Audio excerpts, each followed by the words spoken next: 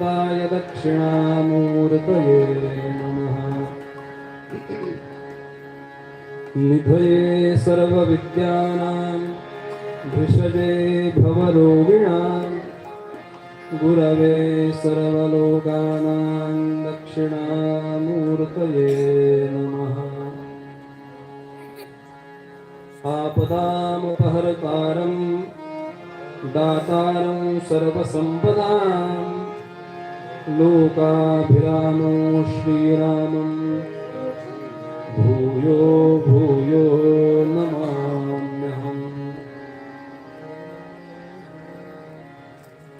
शुकासाखे पूर्णवैराग्यजाते वसिष्ठापरी ज्ञानयोगेश्वराचे कवी वाल्मिका सारिखा मान्यैसा नमस्कार माझा सद्गुरु रामदासा। जय जय रघुवीर समर्थ। सर्वांनी बरोबर एक श्लोक म्हणूया। नमस्ते वासुदेवाय नमस्ते वासुदेवाय यतये सर्वसाक्षिणे मोहध्वान्त विनाशाय सच्चिदानन्दरूपिणे परमहंस परिव्राजकाचार्य श्रीमद्वासुदेवानंद सरस्वती स्वामी महाराज की जय। श्री नृसिंह सरस्वती स्वामी महाराज की जय। अवधूत चिंतन श्री गुरुदेव।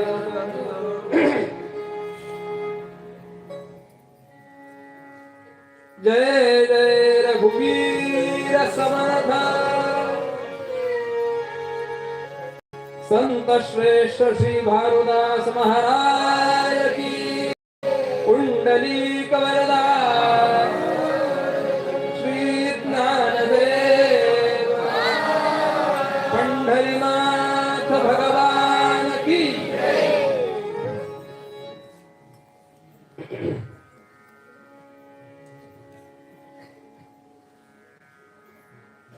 भगवान प्रभू रामचंद्रांच्या चरणी नमस्कार करून इथली जी गुरु परंपरा आहे त्या परंपरेला सद्गुरूंच्या चरणी नमस्कार करून उपस्थित भाविक भक्त सर्व श्रोते दासबोधाचं पारायण चाललंय त्या ग्रंथरूपी समर्थांना नमस्कार करून श्रोत्यांमध्ये बसलेले हरिभक्त परायण सर्व कीर्तनकार मंडळी। माझा फक्त राजू भाऊंशीच संबंध आहे, त्यांचीच ओळख आहे फक्त, त्यामुळे कोण कीर्तनकार असतील गायक असतील त्या सर्वांच्या चरणी नमस्कार करून आमचे चारही उत्कृष्ट साथीदार पाचही साथीदार सर्वांच्या चरणी नमस्कार करून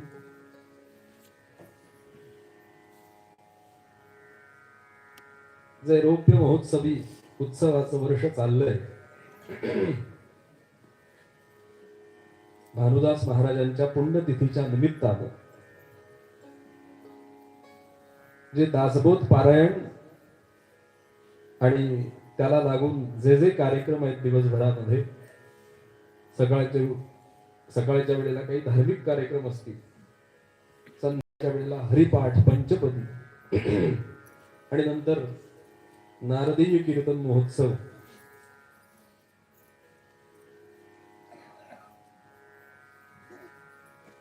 ज्यावेळी पुण्याचा परिपाक होतो,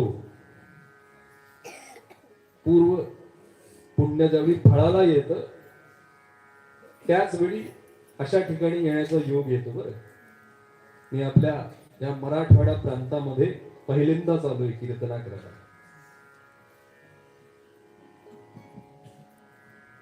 तसा विचार केला तर इथून सिंधुदुर्ग ढोपला असणार।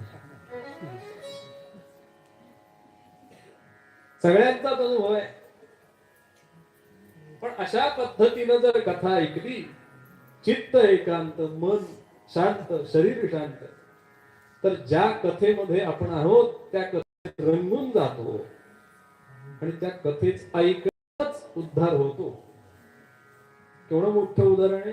श्रीमद भागवत ज्यांना सांगितलं शुक महामुनींनी, असे राजा परीक्षित, तेवढा राजा आहे राजा, पण ज्यावेळी आपला मृत्यू आहे 7व्या दिवशी हे कळलं, त्यावेळेला त्यानं श्रीमद भागवताचं श्रवण केलं. आणि कसं की 7 दिवसांची कथा झाली आणि त्या कथेचा परिणाम तो मृत्यूला आनंदानं सामोरा गेला. त्या श्रीमद भागवतामध्ये पहिले 6 अध्याय, पहिल्या दिवशी म्हणजे आपल्याला परिचित असेल, पहिल्या दिवशी श्रीमद भागवताचं महात्म्य वर्णन केलं जातं. त्याला गोकर्ण महात्म्य असं म्हणतात. त्या गोकर्णाची जी कथा आहे, त्याचा भाऊ धुंदुकारी तो पिशाच होता आणि तो पिशाच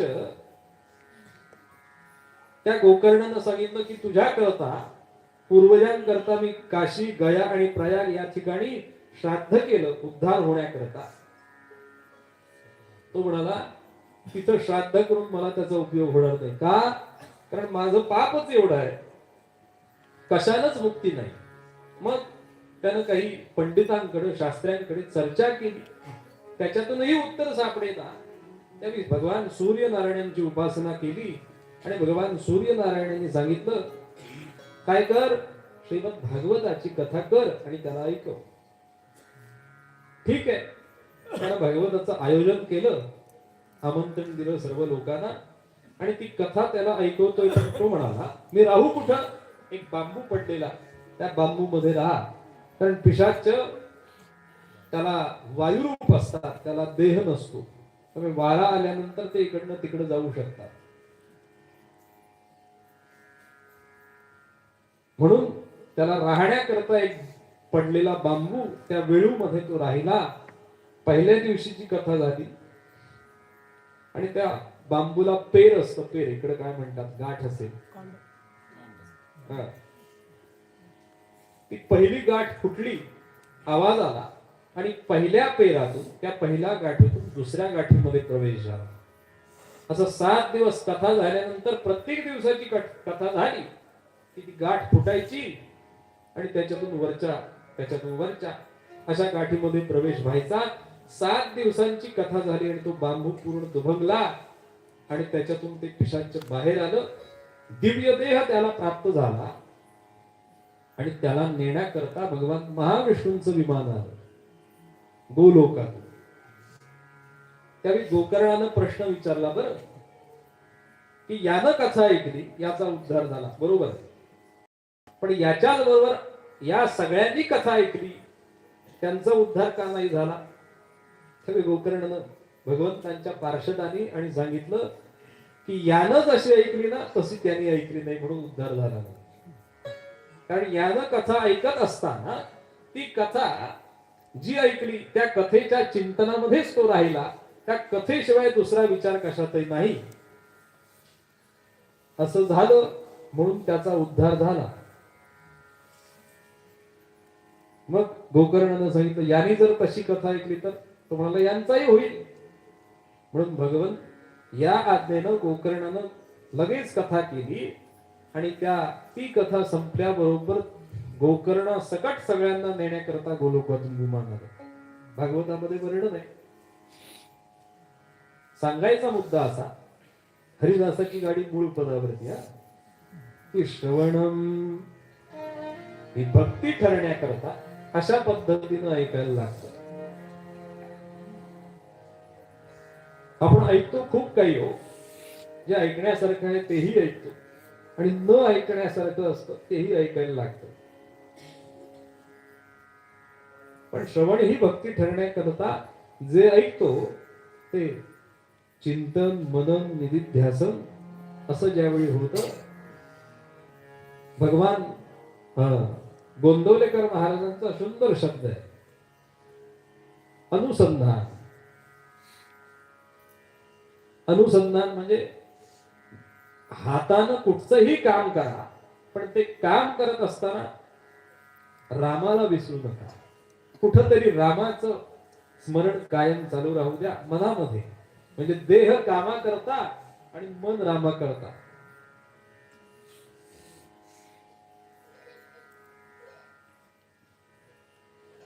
श्रवण ही भक्ती ठरण्याकरता असं कीर्तनाची पद्धत तीच बर.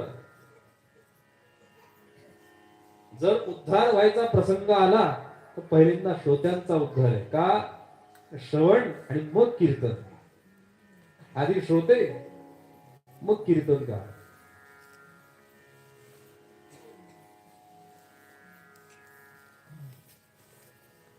श्रवणम कीर्तनम. कीर्तन सुद्धा कसं अशाच पद्धतीनं जे कीर्तन करत असताना तुकाराम महाराज, माऊली ज्ञानेश्वर महाराज, नामदेव महाराज यांचा कीर्तनामधला भाव कसा हो की जे कीर्तन करतोय ते माझ्या रामा करता, माझ्या पांडुरंगा करता. नामदेवाची अमृततुल्य वाणी स्वये येई श्रवणास कैट भारी. कैटभ अरी असा कोण? पांडुरंग कृष्ण. तो यांच्या कीर्तनाला खुद्द यायचा आणि बसायचा.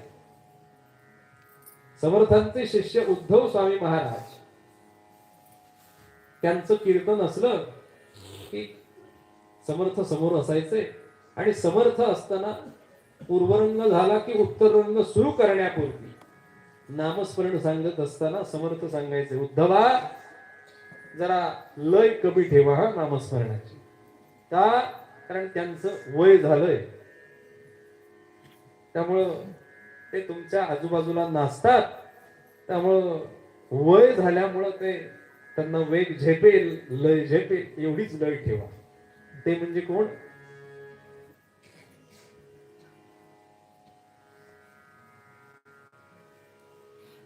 रामदास म्हणून ओळखले जाणारे हनुमंतराय. ते यांच्या कीर्तनामध्ये यायचे आणि नाचायचे. लोकांना दिसत नव्हते, समर्थांना दिसायचे, पण लोकांना खुणा दिसायच्या. बरं काय खुणा? की ते नामस्मरण संपलं की जो पांढरा अंगरखा घातलेला असायचा किंवा काही पांढरी छाटी असेल त्या छाटीला शेंदूर लागलेला दिसायचा. अशा पद्धतीचं जर कीर्तन असेल, जे कीर्तन चालू आहे ना ते माझ्या रामा करता, माझ्या कृष्णा करता, लोकांना किती आवडेल हे बघण्यापेक्षा रामाला किती आवडेल.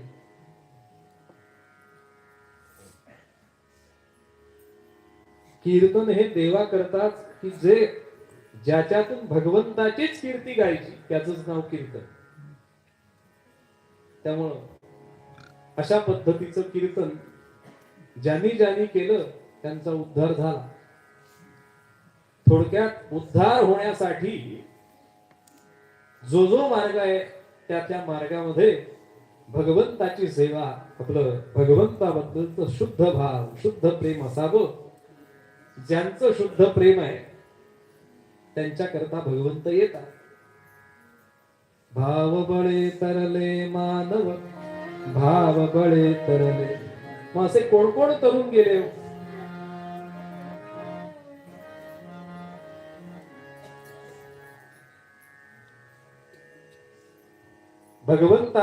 भगवंताबद्दल शुद्ध भाव, शुद्ध प्रेम ज्यांचं आहे त्यांच्या करता काहीही मध्ये आडवं आलेलं नाही. असे कोण आहे? श्लोक करते वर्णन करता. व्याधस्य चरणं ध्रुवस्य च वयोर्विद्या गजेन्द्रस्य कायात् विदुरस्य यादवपते रुद्रस्य किं पौरुषम् कुब्जायाः कमनीय रूपमथिकं किं तत्सुतां नो धनम् भक्त्या तुष्यति केवलैर्न च गुणैर् भक्ति प्रिय श्रीपति गोपाल कृष्ण भगवान हर नमः पार्वती आवाज लहान झाला बरं त्या सगळ्यांचा. राजाधिराज रामचंद्र भगवान की जय. त्याच करता जमलोय बरं. दर 5 वर्षांनी नको त्यांच्या नावानं आपण ओरड मारतो, ओरडतो, काय उपयोग होतो? त्याच्यापेक्षा भगवंतांचं जर गजर केलं तर कुठं ना कुठं तरी उपयोग होईल. श्लोक करते सांगतात, जर शुद्ध भाव असेल ना तर काहीही आडवं येत नाही. व्याधस्या चरणम, पटपट सांगतो. किती वाजेपर्यंत? तुमच्या नियोजित वेळातली फक्त 20 मिनिटं शिल्लक आहेत बरं.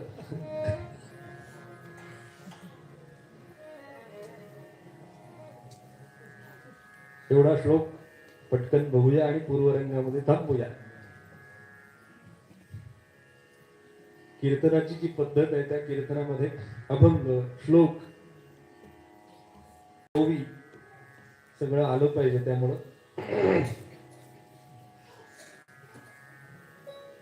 आणि इथं महान महान लोक सगळी बसले, त्यामुळं संहिता बदलून चालणार नाही.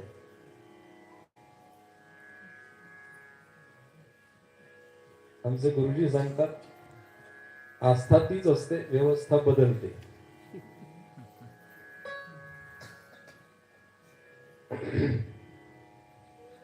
कालाप्रमाणे आणि आत्ताच्या आपण जे राहतो त्या चर्येप्रमाणे थोडाफार बदल होतो. पण कीर्तनाची पद्धत, आता पूर्वीची पद्धत अशी होती की पूर्वरंगाचा अभंग घ्यायचा, मग सूत्र श्लोक घ्यायचा आणि तो सोडवायचा. तो सोडवत असताना भागवतातला श्लोक, माऊलींची ओवी, संतांचे अभंग, काही शास्त्रातली वचन, भागवतकार आहेत, कीर्तनकार आहेत, सगळी लोक आहेत.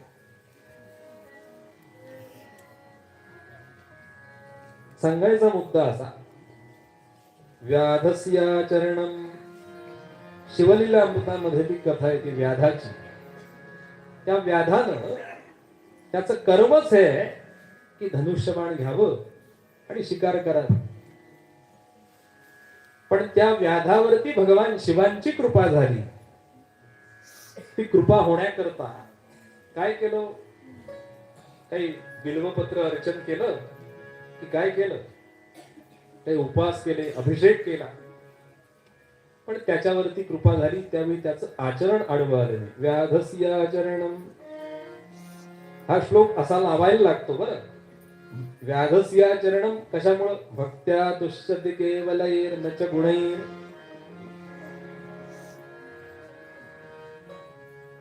व्याधस्य चरणम ध्रुवस्य च वयो. ध्रुव बाळाचं वय आडवं आलं नाही. ती कथा माहिती आहे. उत्तानपाद राजाला आणि त्याला 2 राण्या, सुनीती आणि सुरुची. आता नीतीपेक्षा रुचीवरती जास्त प्रेम. काही कथा या आपल्याशी मिळत्या जुळत्या आहेत बरं. आपण सुद्धा विचार केला तर उत्तानपाद राजा म्हणजे आपणच. नीतीपेक्षा रुचीवरती जास्त प्रेम करतो, बरोबर ना? आणि रुचीवरती प्रेम करतो, परिणाम काय होतो समोर आहे.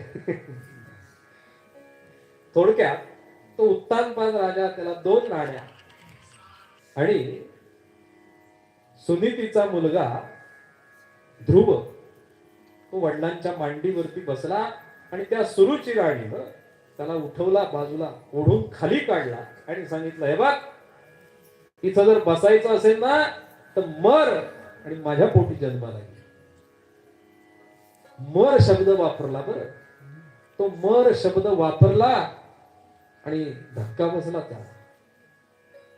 त्याला म्हणजे त्याच्या स्वाभिमानाला धक्का बसला. पूर्वी असा बसायचा बरं, जागेवरून उठवल्यानंतर.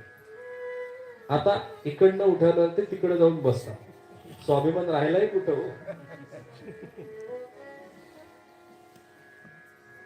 आणि तो उठला, रडत रडत आपल्या आईकडे गेला. आईला सांगितलं घडलेला प्रसंग. आईनं सांगितलं, हे बघ, तुला वडिलांच्या मांडीवरून उठवल्यानंतर राग आला, वाईट वाटलं.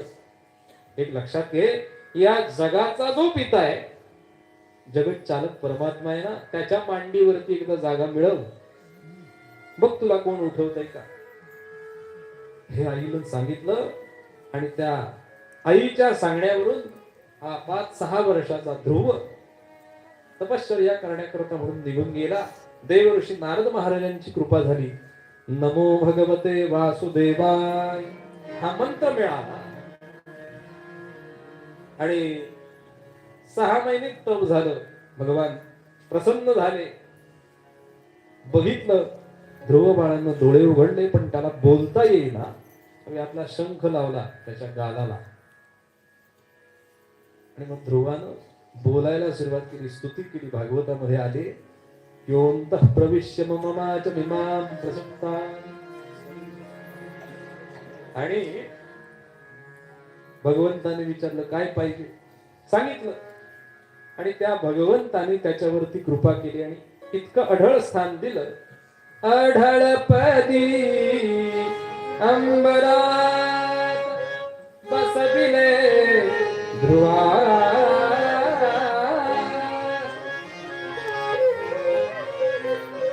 अढळ स्थानावरती त्या ध्रुव बाळाला बसवलं. पुढचं चरित्र वेगळं आहे बरं. त्या ध्रुव बाळाला त्या अढळ स्थानावरती बसवलं. आपण आजही तो ध्रुव तारा म्हणून पाहतो. ते ध्रुव स्थान इतकं अढळ झालं की आपण अभंगामध्ये पहिलं कडवं जे ते ध्रुव पद म्हणतात. कुठचंही म्हणजे ते बदलत नाही त्याची जागा. पहिलं कडवं झालं की परत ते म्हणायचं, त्याची जागा तीच राहते. विवाह संस्कारामध्ये ध्रुव दर्शन सांगितलं. कशा करता, ते ध्रुव दर्शन घ्यायचं आणि त्याचा आदर्श ठेवायचा आणि तसं राहायचं दोघांनी.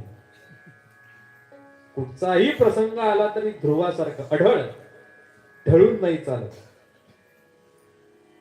सध्या अशा गोष्टींची फार गरज आहे बरं. विवाह संस्कृती फार म्हणजे इथून बोलता येत नाही अशी परिस्थिती निर्माण झाली आहे. एकंदरीत सांगायचा मुद्दा असा की त्या ध्रुव बाळावरती कृपा झाली. तिथं वय अडवायला नाही बरं. जर श्रद्धा प्रेम भाव असेल तर काहीही आचरण नाही, वय नाही. विद्या गजेंद्रस्य का, त्या गजेंद्रावरती कृपा झाली. श्रीमद भागवतामध्ये केवढा मोठा आख्यान आहे गजेंद्र मध्ये. त्या गजेंद्रावरती कृपा झाली. त्यानं अगदी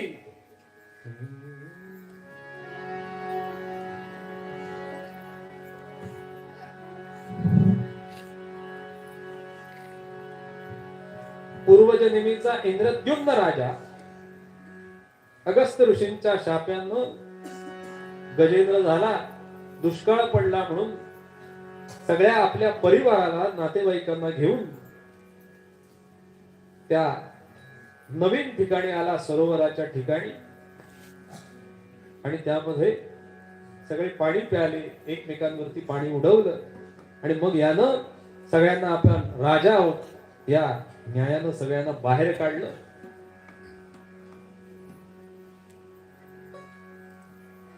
आणि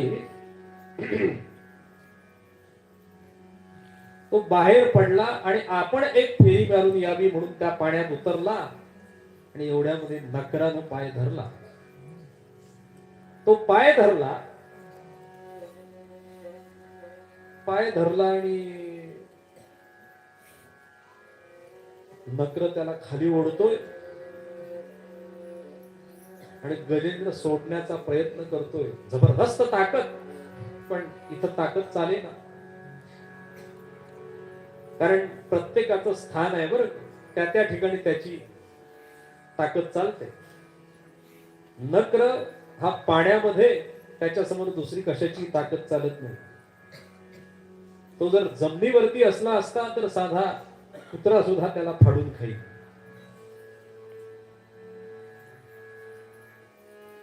मग आता अशी परिस्थिती झाली की त्याच्या नातेवाईकांनी वेळेला वेळ जोडले, त्याला बाहेर काढण्याचा प्रयत्न केला, पण तो बाहेर येईना. शेवटी ते सगळे बाजूला झाले. बघताय तुकाराम महाराज वर्णन करतात, या जणू काय आपल्याच जीवनाचं वर्णन केलंय त्या हत्तीकडे बघून. हत्ती आतापर्यंत आपल्या बछड्यांकरता, आपल्या परिवाराकरता, आपल्या कळपाकरता म्हणून त्याने प्रयत्न केले, पण तोच कळप आप त्याची मजा पाहतो, सोडवू शकत नाही. मग आपण सुद्धा काय करतो? जन हे सुखाचे सुखाचे, जन हे सुखाचे सुखाचे,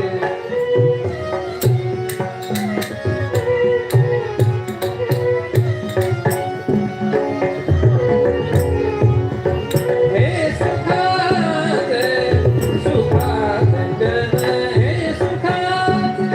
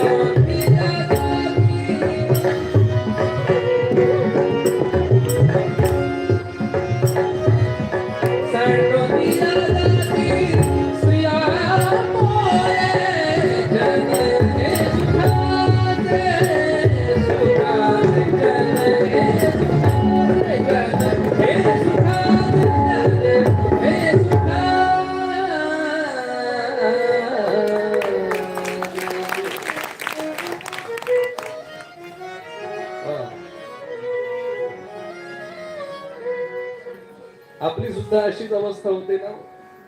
जोपर्यंत आपल्या शरीरामध्ये ताकद आहे, मनगटामध्ये ताकद आहे, तोपर्यंत समाजामध्ये या या बसा, अमुक ते आले ना त्यांच्याकरता असून द्या.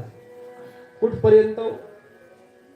आपण जोपर्यंत कार्यरत आहोत, झाल्या हीन शक्ती नाक डोळे गळती. ज्यावेळी शक्ती जाते शरीरातली, हात थरथर थरथर कापायला लागतो, हातात दिलेली कप अशी दुसऱ्यानं धरायला लागते. अशी वेळ येते त्यावेळी नाक डोळे गळती. तुकाराम महाराज फार स्पष्ट बोलतात बरं. सांडोनी या जाते स्त्रिया पोरे, तुकाराम महाराजांचा शब्द वेगळा आहे, इथं नाही सांगत, कारण आपण तो वाईट अर्थानं वापरतो म्हणून. बाईल म्हणे खरं, मरता तरी बरं, थुंकोन या घर नासी येणे.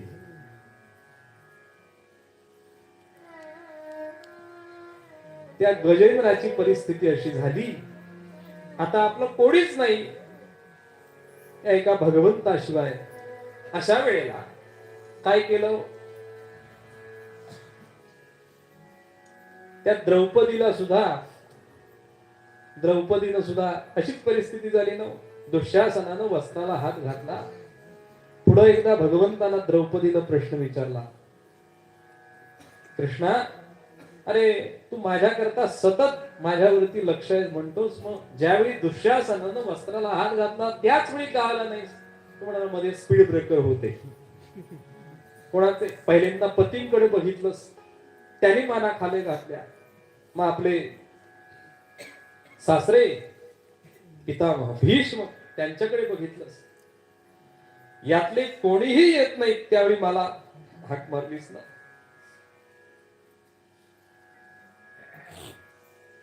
अबले समते पांडव सगळे खाली माना घालून बसले.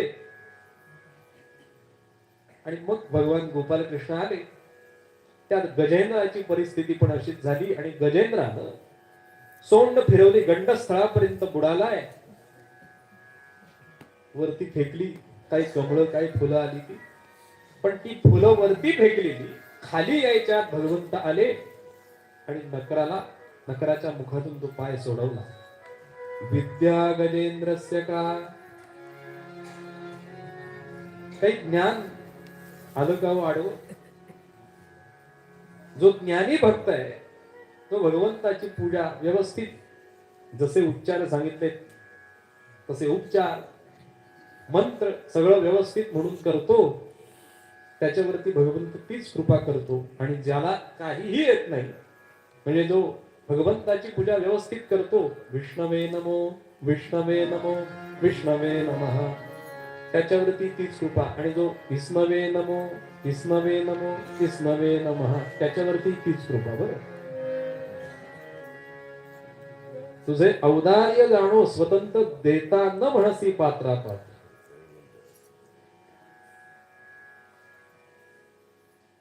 गजेंद्रावरती कृपा झाली का यात्री विदुरस्य यादव पते, त्या विदुरावरती कृपा झाली.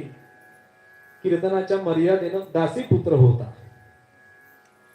पण दुर्योधनाकडचं पंचपक्वान्नांचं भोजन बाजूला केलं आणि याच्या घरी आले. का हो?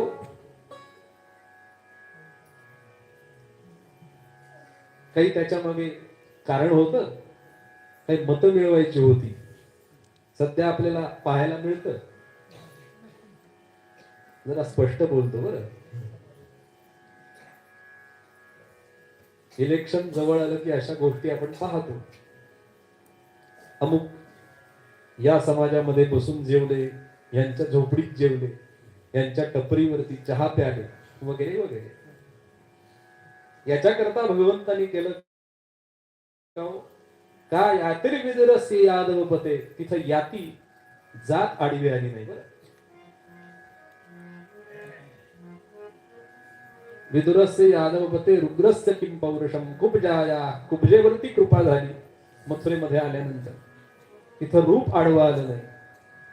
किंतत सुदाम्नो धनम, सुदामदेवांचं केवढं मोठं उदाहरण.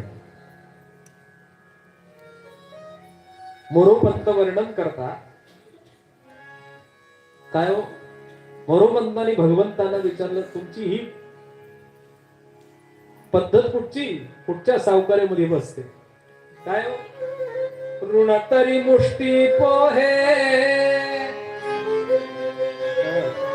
ऋण तरी मुष्टी पोहे, त्याच्या बदल्यात हेम नगरी मुदलात मुक्ती देणे, ही कवण्या सावकारीची रीती. कुठच्या सावकारीमध्ये बसतो? मुदलात मुक्ती देणे. कर्जाचं काय 5%, 4%, 8%, पतपेढींची जर कर्ज असतील तर 14%, 15%, काहीतरी टक्केवारी असते ना. पण इथे मुदलात मुक्ती देणे. काय दिलं कर्ज? एक मूठभर पोहे, आपल्यासारखीच सुवर्णाची नगरी दिली. कशामुळं? हे सगळं याच्यामुळे भक्त्या दुष्यती केवलैर नच गुणैर. भगवंत हा त्यातला भाव श्रद्धा प्रेम पाहतो आणि आपला मोठेपणा बाजूला ठेवतो. आपुलेपणा खर्ची घाली, आपल्या दासा ते सांभाळी. पंत महाराज बाळेकुंद्रीकर. न म्हणे उच्चिष्ट अथवा थोडे, तुका म्हणे भक्ती पुढे. किती उदाहरण देता येतील की भगवंत हा भावानच बांधलेला आहे, प्रेमाच्या दोरीनच भगवंत आपलासा होतो. मग आपल्याकडे कुठचीही विद्या असो, कुठचंही ज्ञान असो, त्यामध्ये जर प्रेम भाव श्रद्धा नसेल तर आपण अपूर्ण ठरतो. आणि श्रद्धा प्रेम असेल तर भगवंताची कृपा होते. काही वेळेला भगवंत स्वतः आल्यानंतर स्वजन मोहिनीचा वापर, स्वजन मोहिनी माया तिचा वापर करून ओळख दाखवत नाही. पण भाव जर तसा असेल तर भगवंताची कृपा होते. मूळ पदामध्ये समर्थ रामदास स्वामी महाराज सांगतात,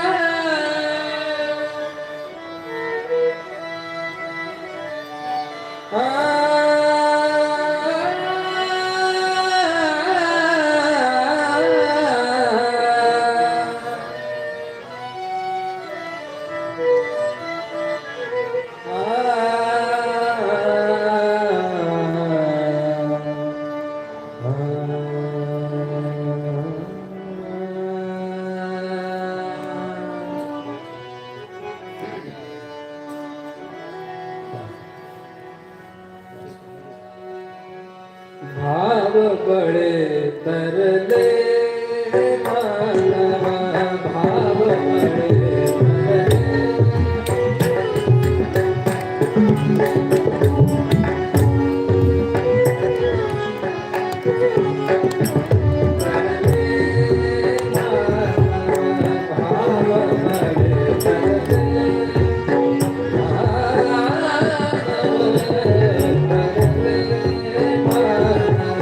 भाव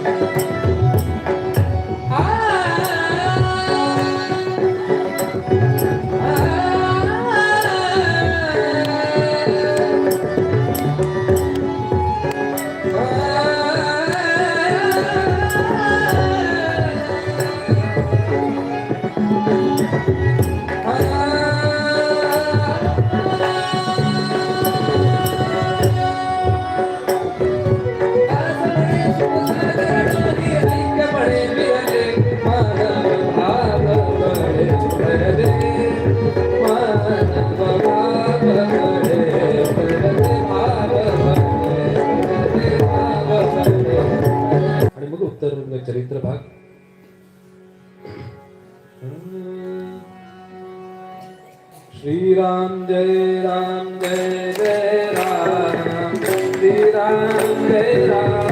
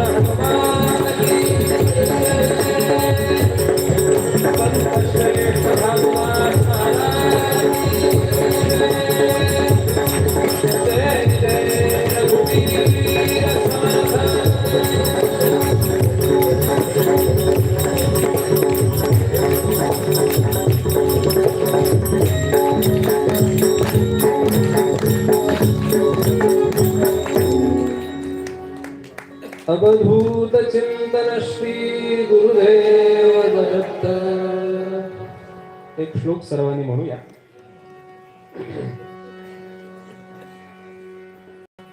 श्री कृष्ण गोविंद हरे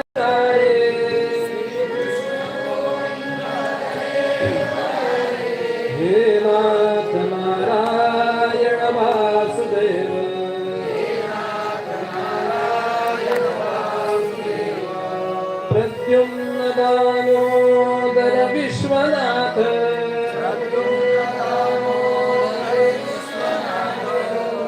मुकुंद विष्णु भगवन नमस्ते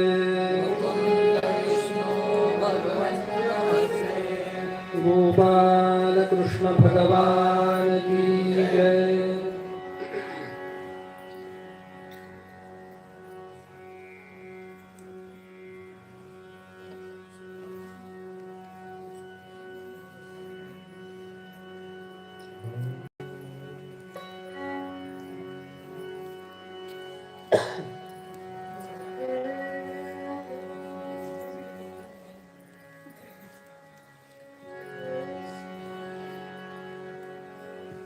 सद्गुरुनाथ महाराज की जय।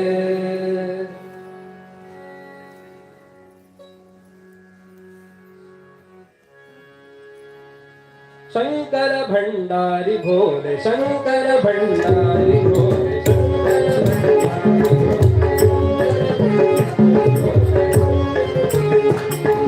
शंकर शंकर शंकर शंकर भंडारी भोले शंकर भंडारी भोले शंकर भंडारी भोले मस्तक पर चंद्र शोभे मस्तक पर चंद्र शोभे नमो भस्मराज नमो भस्मराज शंकर संवडो शंकर भंडारी भोले शंकर भंडारी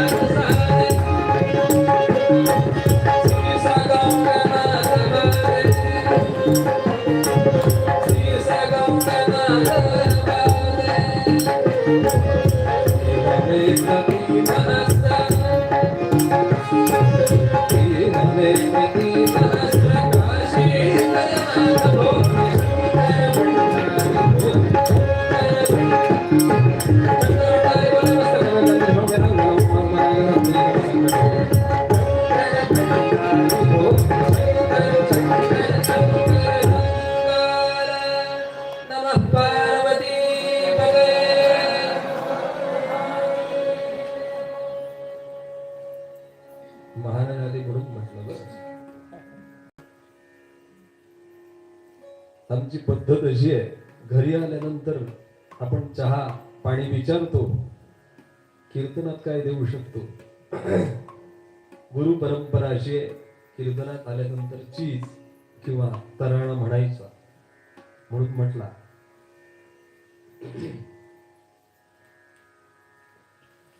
प्रसंग असा,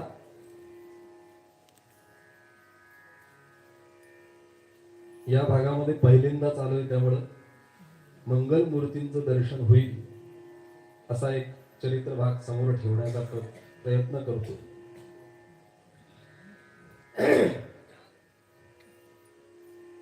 ठरवलेला वेगळा, पण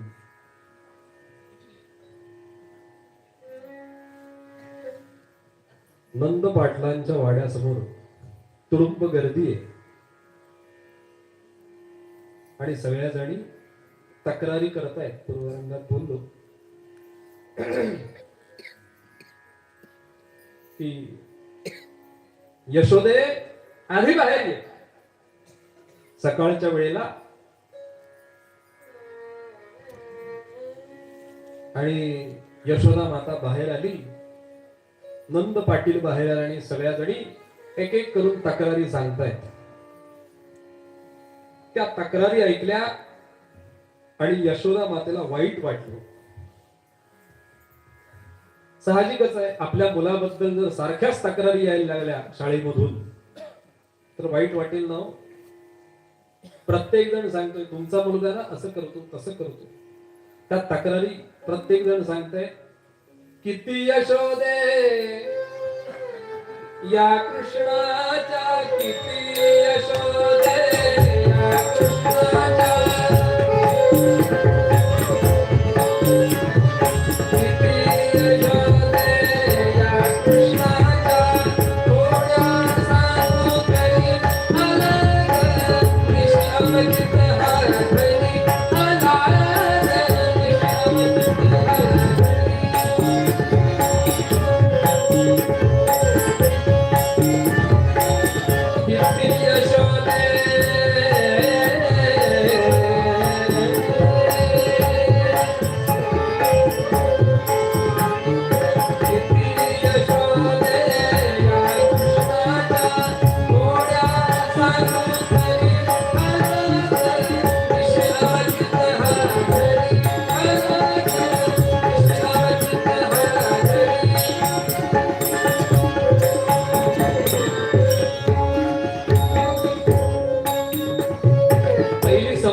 तक्रार करते पतीची दाढी वेळी समाधा मध्यरात्री आला ती सांगते आणि काय केलं माहिती मी आणि हे झोपलेलो शेजारी शेजारी माझी वेळी आणि यांची दाढी गाठ मारली पतीची दाढी वेळी समाधा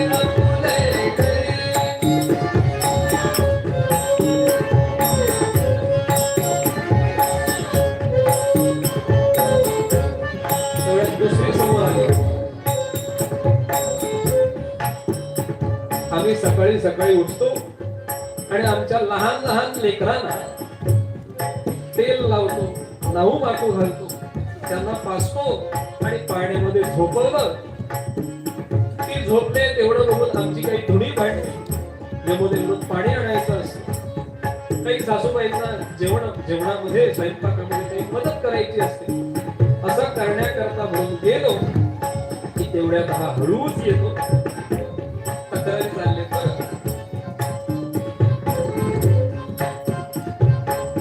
काढून चिमटा रडून बोले काढून चिमटा रडून बोले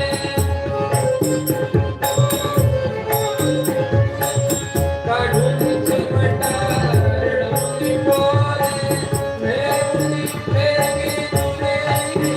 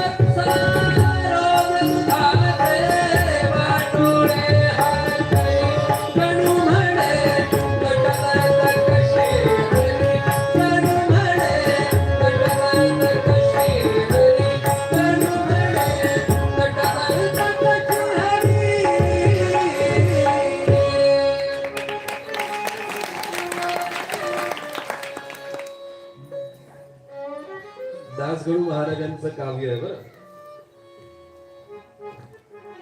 दासगणू महाराज पोलीस खात्यामध्ये होते आणि पहिल्यांदा लावण्या लिहायचे,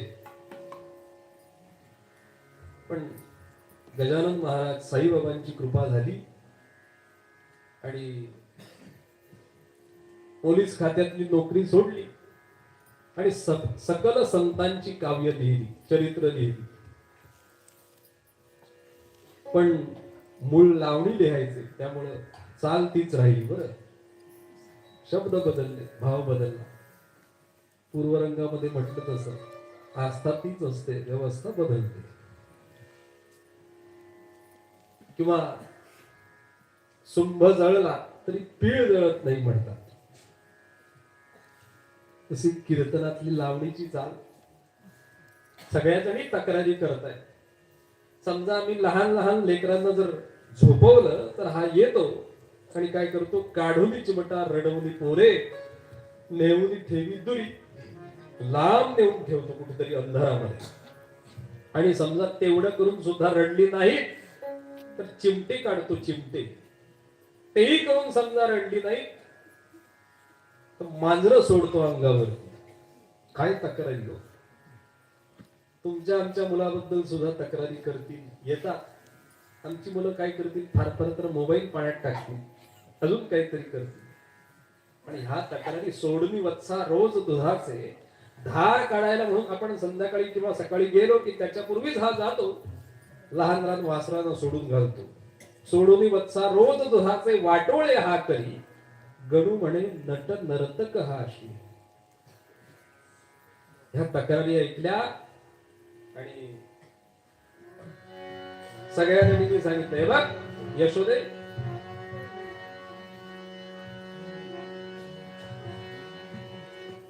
तुझे हे कृष्णाचं फारच झालंय बरं. त्यामुळं एक तर या कृष्णाची व्यवस्था काहीतरी कर, याला शिक्षा कर. काय करायचं, सर्वांनी मते असं ठरलं, उद्यापासून याला वृंदावनामध्ये पाठवायचं, गाई गुरं घेऊन. पण प्रश्न असा झाला, नामदेव महाराज वर्णन करतात, गोकुळी राहावे का जावे,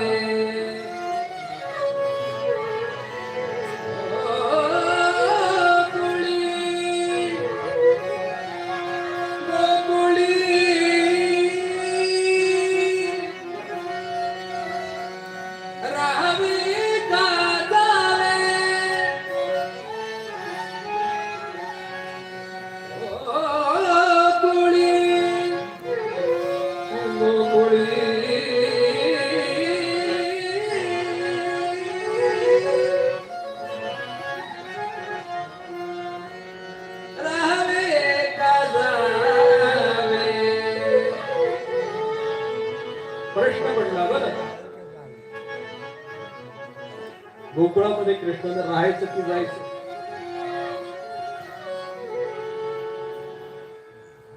साडेदहा वाजले. कीर्तन जर वाढलं याच्यापेक्षा तर श्रोते सुद्धा म्हणतील, एक तर बुवा तरी राहील मंडपामध्ये, नाहीतर श्रोते तरी राहतील.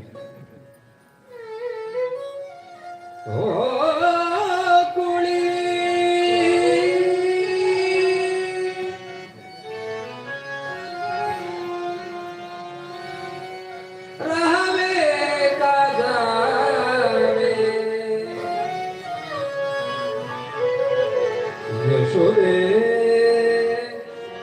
यशोदे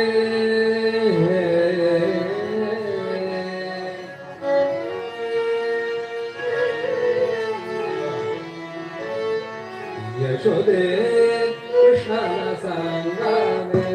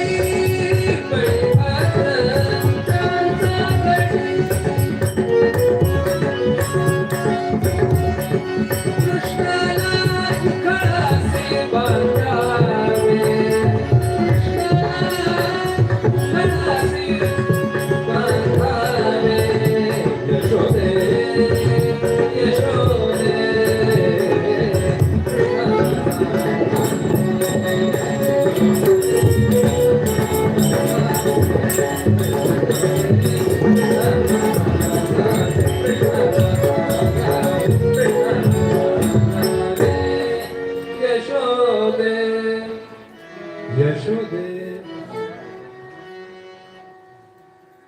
आणि दुसऱ्या दिवशीपासून ठरलं कृष्णाने गाई गुरं घ्यायची आणि सूर्योदयाच्या वेळेला आपल्या सवंगड्यांना बरोबर घेऊन वृंदावनामध्ये जायचं. हे सगळं ऐकलं, पण यशोदा मातेच्या चेहऱ्यावरती ती चिंता बघितली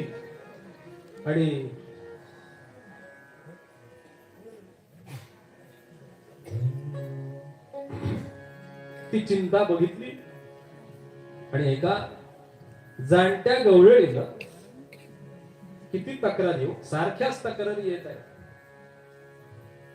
एकीने तक्रार अशी केली की परवा कृष्णानं काय केलं माहितीये, आम्ही इथलं नव्हे बाहेर गावून इथे येऊन राहिलेले कामा करत, नवीन नवीन लग्न झालं पण एकांतामध्ये सुद्धा हा कृष्ण सोडत नाही. बरं म्हणजे आम्ही समजा एकांतामध्ये काहीतरी बोलत बसलो तेवढ्यात हा हळूच येतो आणि विचारतो काय चाललंय ताई. आता लग्न झाल्यानंतर त्या दोघांनी एकांतात बोलायचं, नाहीतर कोणी बोलायचं. पूर्वीच सांगतोय बरं, आता मोबाईलच्या सोयीमुळे लग्नापूर्वीच बोलून घेतात, नंतर शिल्लकच ठेवत नाही.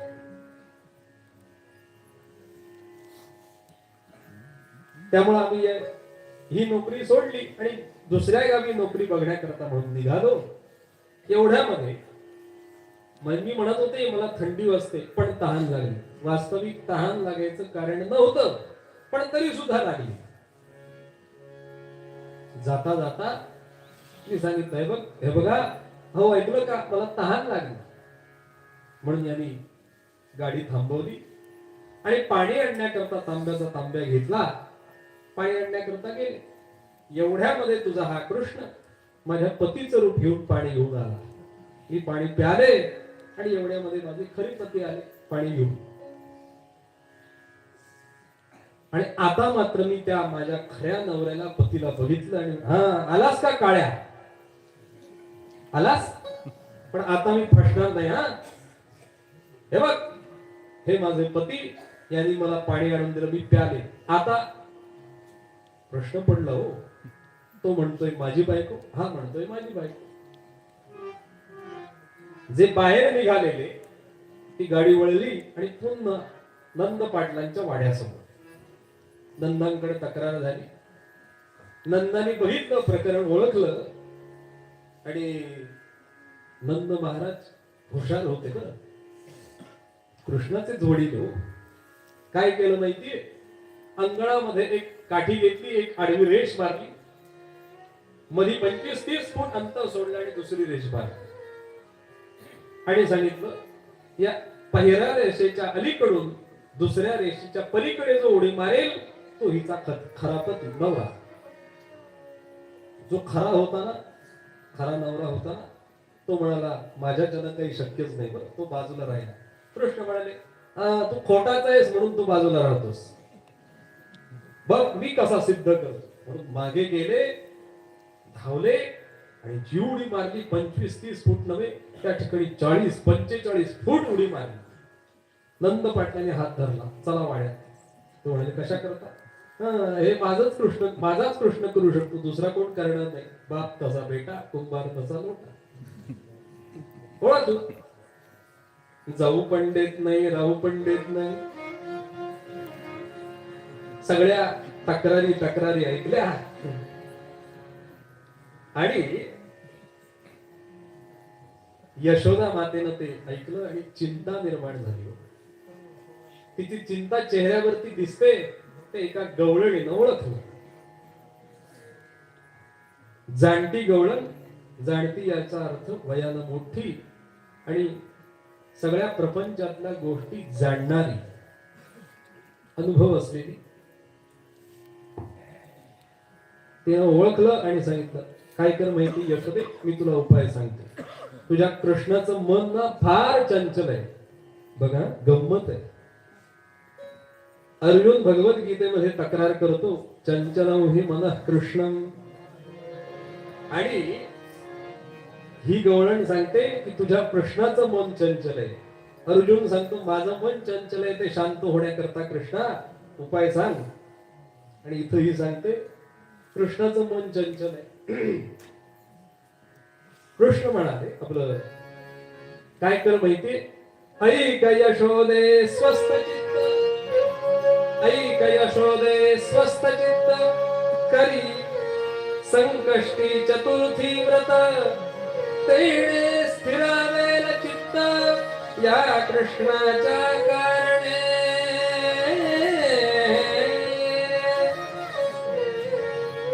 काय कर माहितीये, संकष्टी चतुर्थी नावाचं व्रत कर. हे काय असतं तिनं सांगितलंय बघ. प्रत्येक महिन्यामध्ये कृष्ण पक्ष, शुक्ल पक्ष आणि कृष्ण पक्ष असे दोन पक्ष येतात. त्यामधल्या कृष्ण पक्षातल्या चतुर्थी तिथीला उपवास करायचा. दिवसभर भगवान गणेशांची आराधना करायची. सूर्यास्तानंतर स्नान करायचं, शुचिर्भूतपणानं मंगलमूर्तींची पूजा करायची, आरती दाखवायची, आरती करायची, महानैवेद्य समर्पण करायचं, चंद्राची पूजा करून चंद्राला आरती दाखवायची आणि सज्जनांना बरोबर घेऊन उपवास सोडायचा.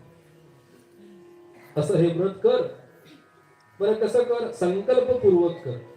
किती कर, गणपतीची उपासना करत असताना 21 ही संख्या महत्वाची आहे.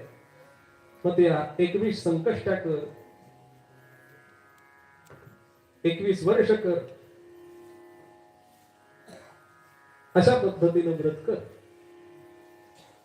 आजही व्रताचा अनुभव घेणारी लोक आहेत बरं. संकष्टी चतुर्थी व्रत अशा पद्धतीनं कर. काय कर, दिवसभर उपवास कर. संकष्टी चतुर्थी आणि साबुदाण्याची खिचडी काही संबंध नाही बरं का. चौकामध्ये सुद्धा गाठ नाही, परस्परांशी काही संबंध नाही. तिनं सांगितलं असं अशा पद्धतीनं व्रत कर. आणि तिनं मान्य केलं, संकल्प केला. आणि संकल्प झाल्याबरोबर मंगलमूर्तींच्या पोटात गोळा आला. हो, यांच्या आज्ञेनं आम्ही काम करायचं आणि यांच्या चित्त शांत होण्याकरता, मन शांत होण्याकरता माझी उपासना. कृष्ण म्हणाले असू दे, बरोबर चाललंय. आणि तिनं व्रत संकल्प केला आणि व्रत सुरू केलं. सुरू केल्याबरोबर कृष्णाने काय केलं, आपलं वागणं बदललं. एकदम शांत झाले. एकदम शांत झाले. किती शांत, इतके शांत झाले की सरळ झाले. सरळ, किती सरळ. एकदा एक गंमत झाली. एक माशी येऊन बसली कृष्णांच्या नाकावर. सकाळी उठलेले बसलेले, माशी बसली. यशोदा मातेला हाक मारली, आई माशी. यशोदा मातेला माशी बाजूला केली, ती उडाली, फिरून आली, परत बसली, परत हाक मारली, आई माशी. अरे कृष्णा उडव ती माशी. त्या माशीला आज्ञाच केली, बरं आज तुझा एकच काम, दिवसभर बाकी काही नाही, उठायचं आणि माझ्या नाकावरती बसायचं. इतके सरळ झाले, सरळ झाले. यशोदा मातेला बरं वाटायला लागलं. काय व्रत आहे, त्या व्रताचा परिणाम. आणि त्या गवळणींना मात्र चैन पडेना. का, कारण एकही दिवस असा गेला नाही कृष्णाने आपल्या लगोरीनं त्यांचे मस्तकावरचे, डोक्यावरचे पाण्याच्या ती मडकी फोडली नाही, असा एकही दिवस नाही.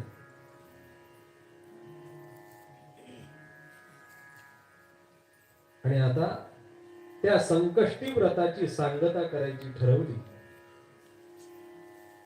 21 व्रत झाली आणि त्या दिवशी भगवान मंगलमूर्तींच्या साठी म्हणून दिवसभर उपवास केला. कृष्णांनाही उपवास करायला लावला. कृष्णा आज तुझाही उपवास असेल बरं, तुला बाकी काही मिळणार नाही. दिवसभर पेलावर दूध मिळेल फक्त. त्यांनाही उपवास करायला लावला. आणि संध्याकाळच्या वेळेला मंगलमूर्तींच्या साठी म्हणून हवन केलं. यो मोदक सहस्रेण यजती सवांचित फलवाप्नोति. 1000 मोदकांचं हवन केलं मंगलमूर्तींची महापूजा केली, सहस्र दुर्वा अर्पण केल्या, 1000 मोदकांचा नैवेद्य दाखवला. आणि यशोदा माता ती पूजा पूर्ण झाली. नंद महाराज म्हणाले माझं काहीतरी सदरेवरती काम आहे म्हणून ते तिकडे निघून गेले. आणि यशोदा मातेनं कृष्णाला बघितलं. आई हा पदार्थ असा आहे की आपल्या मुलानं मस्ती केली तीही खपत नाही, आणि त्याला शिक्षा केली आपणच शिक्षा करते, आणि शिक्षा झालेली त्याचं ते मुख पाहिलं की तिलाच बरं वाटत नाही, रडायला लागते. आई हा पदार्थ असा. त्या कृष्णाला ते म्लान वदन बघितलं, शांत झालेला कृष्ण बघितला, आणि यशोदा मातेला ते गहीवरून आलं, घट्ट धरलं. कृष्णा, अरे किती तुला त्रास दिला, आता काळजी करू नकोस. बरं, आरती झाली, नैवेद्य झाला, आता चांदो मामाची आरती करूया, त्याची पूजा करूया.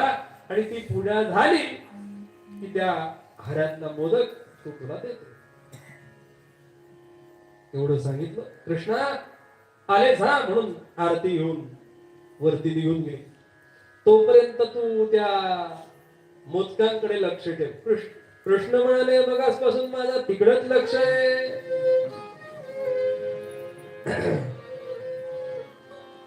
आणि त्याप्रमाणे ही वरती निघून गेली. आणि कृष्णाने काय केलं, एकांत देखोनी हारा उचलीला, हारा उचलीला, एकांत देखोनी हारा उचलीला, एकांत देखोनी हारा उचलीला.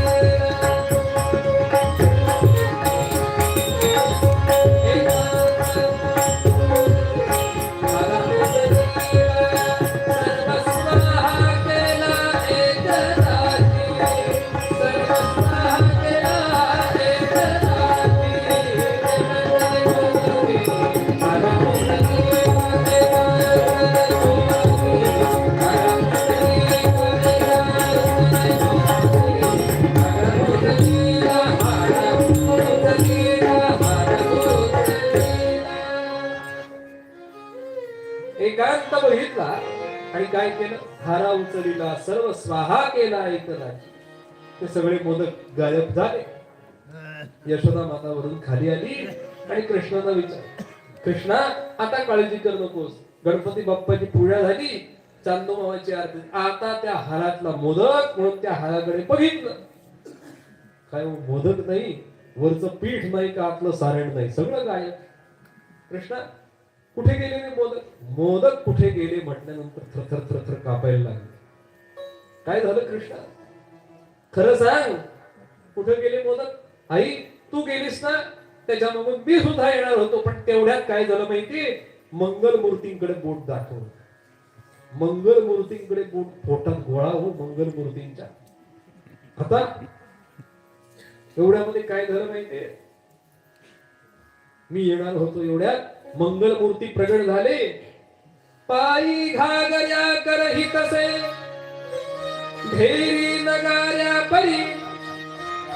कृष्ण सांगतायत बरं, पायी घागल्या कलही तसे, बोबड्या बोलालं, ढेली नगाल्या परी, डोळे बारीक कर्णही मोठे कसे, बैसोनी उंदरावरी.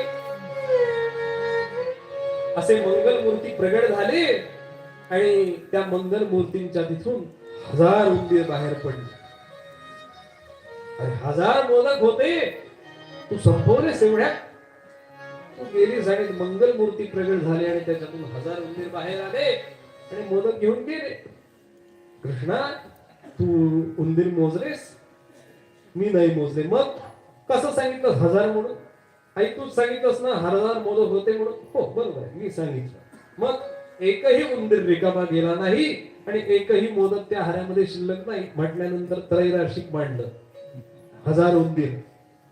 यशोदा माता गप्प राहिली. बरोबर आहे.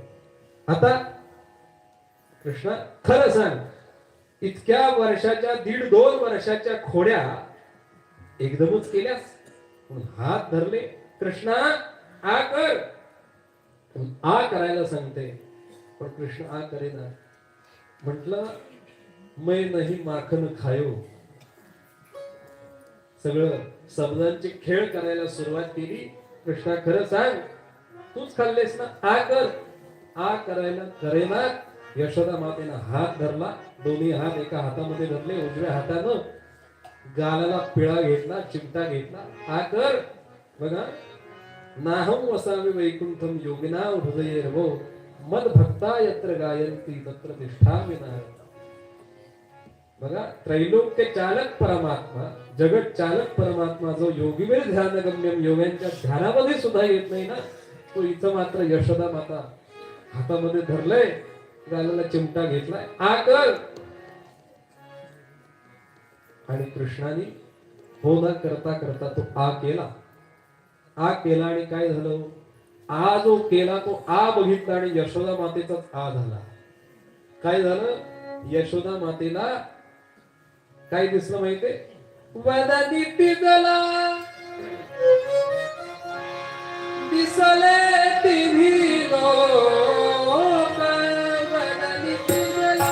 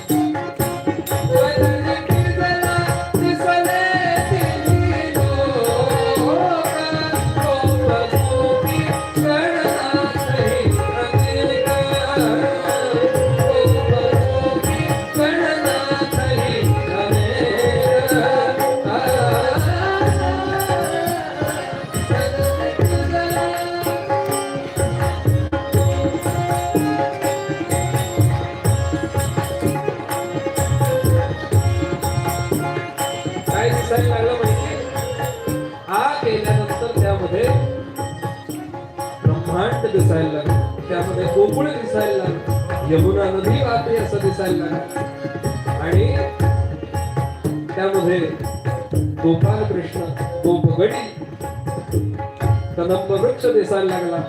भगवान गोपाल कृष्ण त्यामध्ये देहुडा चरणी पाय ठेवून बासरी वाजवतायत असं दिसायला लागलं. हे सगळं बघितलं. नद्या दिसायला लागल्या, पर्वत दिसायला लागले. हे बघितलं आणि यशोदा माता हा करते आणि अजून गजानन महाराज, गणपती महाराज प्रगट झाले आणि बोलायला लागले.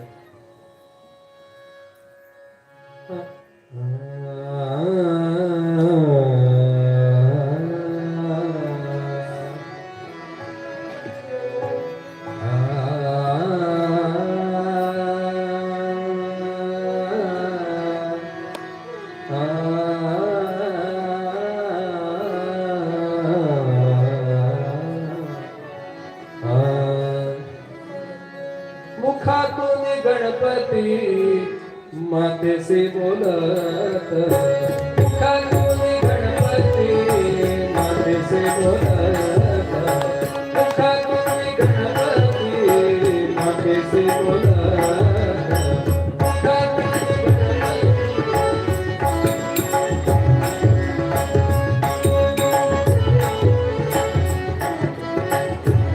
गजानन महाराज प्रगट झाले यशोदा मातेच्या मुखामध्ये, आपलं कृष्णाच्या मुखामध्ये, आणि बोलायला लागले. यशोदे, अगं कुठं अडकलीस या व्रतामध्ये? ज्याच्यासाठी व्रत करायचं, ज्याच्यासाठी सगळे प्रयत्न करायचे, यत्न करायचे, असा निर्गुण निराकार परमात्मा तुझ्या पोटी झालाय सगुण रूपाने, कृष्णाच्या रूपात.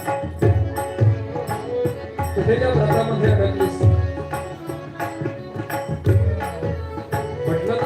बहुत सुकृताची जोडी म्हणून विठ्ठली आवली. अनेक जन्मांचं पुण्य जेवढी फळाला येतं ज्यावेळी असे निर्गुण निराकार परमात्मा येतो तोच तुझ्याप्रती जन्माला आला. मग कशाला या व्रताच्या बंधनामध्ये सगळं समजावून समजावून सांगितलं आणि भगवंतानीही ओळखलं, यशोदा मातेनं ओळखलं. यशोदा माता आता भगवान गोपाल कृष्णांना नमस्कार करते. भगवंताने हे सगळं बघितलं आणि स्वजन मोहिनी स्वजन जन मोहिनी माया त्याचा उपयोग केला. आणि असंच जर राहिलं की निर्गुण निराकार परमात्मा आहे, परब्रह्म आहे, भगवंत आहे, हे जर तिच्या मनामध्ये राहिलं तर आई मुलाचं प्रेम राहणार नाही. म्हणून त्या मायेचा उपयोग केला आणि यशोदा मातेने ते विसरले की हे निर्गुण निराकार तत्व आहे, जवळ घेतलं आणि जवळ घेतलं, गोड पापा घेतला त्याचा. आणि कृष्णा, अरे तुला भूक लागली असेल ना, म्हणून जवळ घेतलं आणि घास भरवायला लागले. हे सगळं बघितलं आणि तुकाराम महाराज म्हणतात, काय आश्चर्य आहे की जो अनंत कोटी ब्रह्मांडाचा नायक आहे, जो या विश्वाचं प्रतिपालन करतो, संहाराची वेळ आली की लय करतो रुद्र या रूपानं, रुद्र या शक्तीनं, असा जो निर्गुण निराकार परमात्मा आहे तो यशोदा मातेच्या ठिकाणी आई म्हणतो, भूक लागली म्हणतो आणि यशोदा माता त्याला भरवते घास आणि भगवान गोपाल कृष्ण तृप्त होता. जो बाकीच्यांना जगातल्या सगळ्यांना तृप्त करतो, त्यांच्या तहान भूक सांभाळतो, असा जो भगवान तो यशोदा मातेकडं आई म्हणून बघतो आणि तृप्त करतो. काय वर्णन करेल तुकाराम महाराजांनी, अनंत ब्रह्मांडे उदरी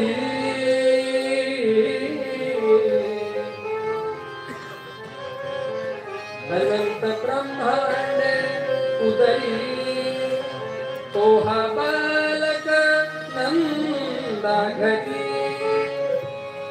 नवल के बढ़े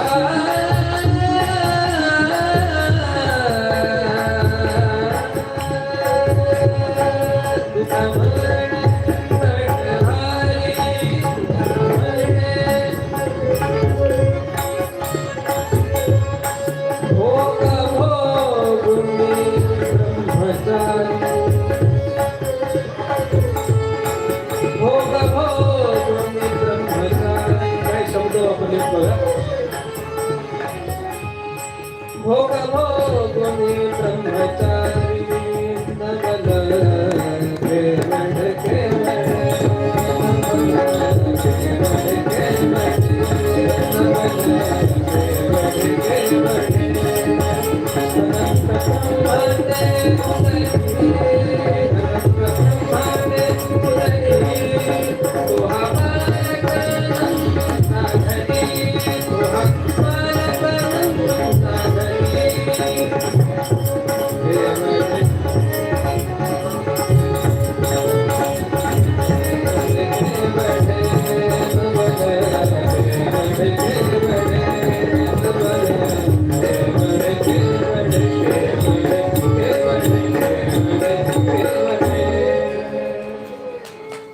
हेच नवल आहे की अनंत कोटी ब्रह्मांडाचा नायक यशोदा मातेसमोर आई म्हणून भूक लागली म्हणतो आणि त्याला भरवते आणि तृप्त होतो. नवल केवढे केवढे नकळे कान्होबाचे कोडे. ते कोड कळत नाही बरं. ते कोड एकच आहे. काय कोड आहे? यशोदा मातेला प्रश्न विचारला किंवा अनेक संतांना प्रश्न विचारला की यशोदा मातेला हे प्राप्त झालं कशामुळं? तर तिचा जो निर्गुण निराकार परमात्मा प्राप्त होण्याकरता. दुसरा कशानेही प्राप्त होत नाही. तो होतो फक्त शुद्ध भावाने. मगाशी समर्थांची ओवी वापरली त्याने पूर्वरंगामध्ये, नंतर बोलत असताना मध्यंतरामध्ये. जरी भाव असेल माईक तरीही देव बनेल महाठक. नवल तयाचे कौतुक जैशासी तैसे. भगवंताचं हेच नवल आहे की जो ये यथामाम प्रपद्यन्ते तांस तथैव भजाम्यहम्. भक्त जसा माझ्याकडे येईल ना, जसा भक्त भगवंताकडे जाईल त्याप्रमाणे त्याच्यावरती कृपा करतो. पण कृपा होतेच तुझे औदार्य जाणो स्वतंत्र देता न म्हणती पात्रा पात्र. तिथं पात्रा पात्र विचार नाही, त्याच्यावरती कृपा होते. म्हणून जी कृपा भक्तांच्या वरती झाली तीच कृपा शिशुपाल, त्यानंतर हिरण्यकश्यपू, हिरण्याक्ष या सगळ्यांवरती तीच कृपा झाली ना. म्हणून भगवंताला शुद्ध भाव लागतो. शुद्ध भावानं जो भगवंताजवळ गेला त्याच्यावरती भगवंताची अखंड कृपा होते. म्हणून भानुदास महाराजांच्या चरणी प्रभू रामचंद्रांच्या चरणी, समर्थ रामदास स्वामी महाराजांच्या चरणी, सद्गुरुनाथांच्या चरणी प्रार्थना करूया. माऊलींच्या चरणी, तुकोबांच्या चरणी प्रार्थना. केलेली कीर्तन सेवा भगवंताच्या चरणी अर्पण करून की त्या यशोदा मातेवरती, ध्रुव बाळावरती, सर्व भक्तांच्या वरती, संतांच्या वरती जशी कृपा झाली तशी तुम्हा सर्वांवरती आपल्या आराध्य देवतेची, उपास्य देवतेची, सद्गुरुनाथांची, प्रभू रामचंद्रांची, भानुदास महाराजांची अखंड कृपा हो एवढी प्रार्थना करूया आणि कीर्तनामध्ये थांबूया. मी इथंच पहिल्यांदाच कीर्तनाला आलो, मगाशी बोललो त्याप्रमाणे. त्यामुळं इथं येऊन कीर्तन मर्यादेच्या बाहेर जर काही पाऊल पडलं असेल बोलत असताना, गात असताना, तर सर्वांनी मातृभावतेने क्षमा करावी. इथल्या स्थानाला, इथल्या सत्पुरुषांना, सद्गुरूंना वंदन करतो. आणि आमचे चारही साथीदार यांचं नाव फक्त माहिती आहे, अनेक वेळा भेटलोय. श्री धनंजय गाडगीळ, श्री देशमुख, बालाजी मानगिरे आणि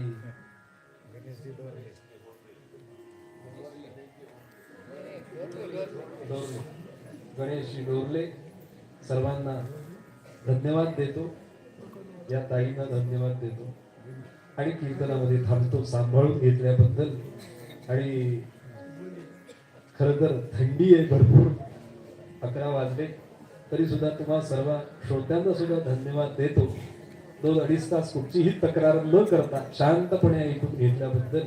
आणि इथल्या साडेगाव प्रभू रामचंद्र संस्थान साडेगाव यांना धन्यवाद देतो की इतक्या चांगल्या कार्यक्रमामध्ये कीर्तनासाठी बोलावल्याबद्दल. इथल्या संस्थानला आणि आमचे साबळे काका यांना धन्यवाद देतो आणि कीर्तनामध्ये थांबतो. काही आवडलं असेल, चांगलं वाटलं असेल ते माझ्या गुरुजींचं आहे. आणि मी कीर्तनामध्ये म्हणजे प्रामाणिकपणानं सांगतो, मी काही प्रोफेशनल कीर्तनकार नव्हे, एक आवड म्हणून कीर्तन करतो. त्यामुळं काही चुकलं मागलं असेल तर मातृभावने क्षमा करावी. आणि काही आवडलं असेल तर घ्यावं एवढी प्रार्थना करतो. सर्वांच्या सुखासाठी प्रार्थना करूया. सर्वेत्र सुखिनः सन्तु, सर्वे सन्तु निरामयाः, सर्वे भद्राणि पश्यन्तु मा कश्चित् दुःखमाप्नुयात्. धर्मे प्रीतिं सनमतिं देव भक्तिं, सत्संगाप्तिं देहि मुक्तिं च मुक्तिं, भावासक्तिं सच्चाचिदानंदमूर्ते घोरात् कष्टात् परास्रान् नमस्ते. कसं आहे, जसं लहानपणी आपल्याला पाठीवरती शीट काढून देतात आणि गिरवायला सांगतात, त्याप्रमाणे गिरवण्याचा प्रयत्न करतोय बरं. किंवा मंदिरामध्ये गेल्यानंतर उड्या मारतो आपण घंटा वाजवण्याकरता, ती घंटा वाजत नाही, त्यावेळी वडील आपले उचलून घेतात आणि घंटा वाजते.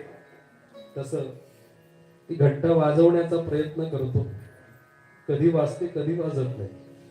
त्यामुळं भगवंताच्या चरणी प्रार्थना केलेली कीर्तन सेवा भगवंतांच्या चरणी अर्पण करूया आणि कीर्तनामध्ये थांबूया. समर्थ सांगतात, भगवंताची कृपा जर पाहिजे असेल तर उत्कट भाव, निस्सीम निष्कपट असा भाव भगवंताच्या चरणी ज्याने ज्याने ठेवला ते या भवसागरातून तरून गेले. म्हणून समर्थ आपल्या मूळ पदामध्ये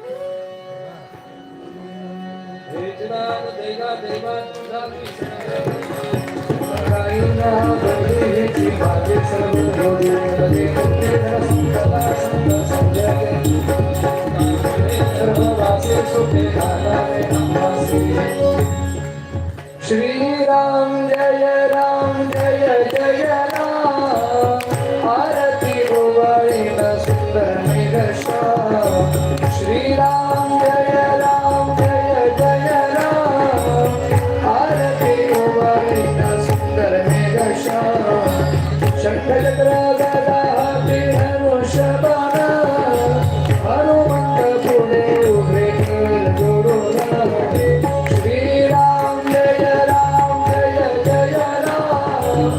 आरती ओवाळीन सुंदर मेघश्याम शत्रुघ्न दोघे चोऱ्या वारी सिंहासनी अरुणवी जानकी पती श्रीराम जय राम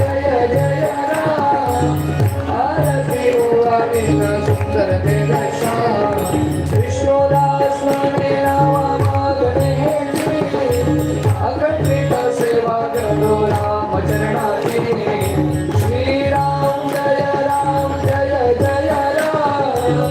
आरती ओवाळीन सुंदर मेघश्याम गाली लोटांगण वंदीन चरण डोळ्यात पाणी दुखते प्रेमे अनेकन अनित्य पूजन भावे ओवाळीन मने नमः त्वमेव माता पिता त्वमेव बंधु सखा त्वमेव विद्या धनं त्वमेव सर्वं मम देव कायेन वाचा मनसेन्द्रियैर्वा विचारता वा करोमि अन्यत् सर्वं परस्मै